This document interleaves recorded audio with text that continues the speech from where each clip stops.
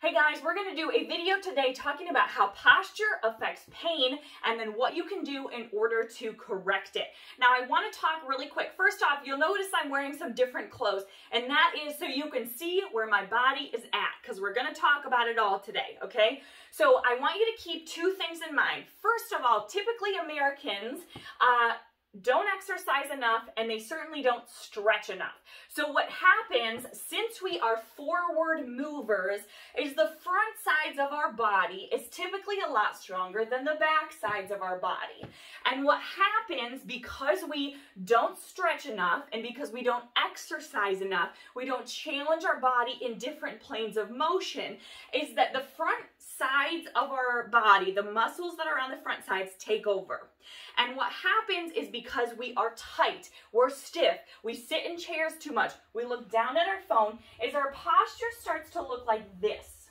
Now yours probably isn't quite so pronounced, but you'll notice, especially in the grocery store, a lot of people's is, okay? And let's talk about why that is. First of all, some of the strongest muscles in our body are our quads, the front sides of our thighs here.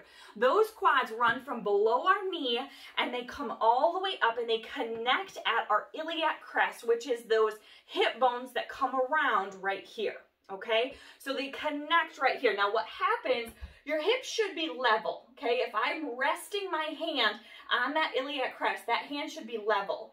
But when our quad here tightens up, what happens is it pulls those hips into an anterior tilt. Anterior means forward. So see how this hand is tipping forward, okay? So most people, you'll notice, walk around kind of like this.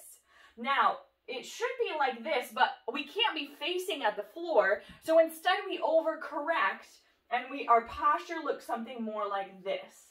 Now your back should have some curvature in it, but not this much. So when those quads tighten up, it pulls us into this anterior tilt. And do you see this kink right here at my low back? Do you think that's going to cause pain after a couple of years? The answer is yes, and that's why 90% of Americans, or so give or take, have low back pain. Now, let's talk about what else it does, because what we know is that energy travels up the frame, right? It travels up our body. So these quads take over because they're the strongest muscle in our body. Not the strongest. They're the biggest muscle in our body, right? These quads take over. They pull us forward. Then what happens is we start to develop low back pain. Then we want to be upright still, right? So we bring our shoulders back, but we're looking down at our phone the whole time, right? Now this looks like really bad posture, and you can tell that. Now go look in the mirror of what your normal posture is like. Be comfortable, relax. Look in the mirror, check it out. What's it like? Probably looks more like this than this, but it's still prominent, it's still there. So what do we need to do? Okay, what do we need to do? Because this is not only going to cause low back pain right here, it's also going to cause pain here, because our head weighs so much. Our head weighs 10 to 12 pounds. If you were to take a bowling ball and hold it out at the end of your hand, how far could you hold it there? Probably not very long, right? But that is what our neck muscles and our shoulder muscles are doing all the time. Not our shoulder muscles out here at the end of or at the tops of our arms, but our shoulder muscles between those shoulder blades. They're keeping your head upright. Anybody notice that? Anybody notice they have some neck pain going? Probably so. So what do we do? First off, we need to stretch these muscles, stretch these hip flexors, okay? So pay attention to where your hips are and shift those hips forward. Now I'm willing to bet that when you just did this, you shift those hips forward, kind of tilt them back if you can, you feel that stretch right down on that leg, okay? So hold that for, why don't you shoot for 30 seconds to a minute, okay? Do both sides. Shift those hips forward, tip them upright. Feel that stretch all the way down here. You can also do a simple hamstring stretch, okay? This one is a great stretch as well. You can also do that lying down, in your bed, wherever works. The other thing you need to do is stretch the front sides of your chest, right? Our shoulders come forward. When we have that bad posture, notice where my hands are at. They're not at the sides of me like they're supposed to be. They are front and center on my thighs. Notice what happens when I tuck those hips in, bring in my core, roll those shoulders back. All of a sudden, my hands go to my sides where they're supposed to be. Okay, so kind of interesting here. So not only do we need to stretch those quads, we also need to stretch our pecs. Okay, so a great thing to do is to stretch on the wall. We'll talk about this in the next video.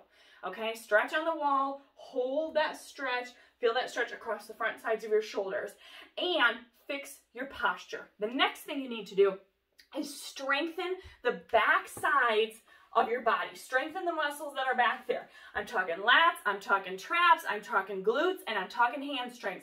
Strengthen all those muscles. Our body is meant to keep us balanced, keep us centered.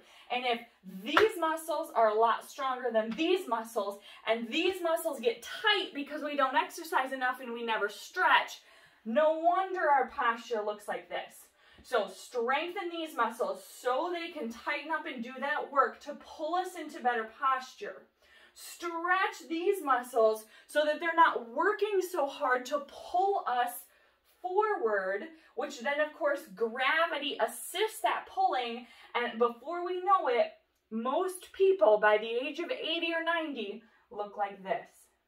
Okay, now do you think you have good balance and can walk well when your posture is like this? Of course not. So what do we need to do? Stretch the front, strengthen the back. Pay attention to that posture. Put your hands on your hips right now. Let's move those hips. Okay, move those hips. Push those hips in, tuck in your core, strengthen your core muscles. Roll those shoulders back and down and bring in your head, bring in that chin. All of a sudden, my posture looks a lot better here than here. All of a sudden, I have less pain, I have less tightness, I have less sore muscles, and everything works a lot better. Gravity is working against us here. Here, our bones are supporting the weight of our head, and we don't get sore muscles as easily. It doesn't cause as much damage on our spine, on those muscles, on those joints, and everything is in better alignment. Sound good? We'll talk about PNF stretching next.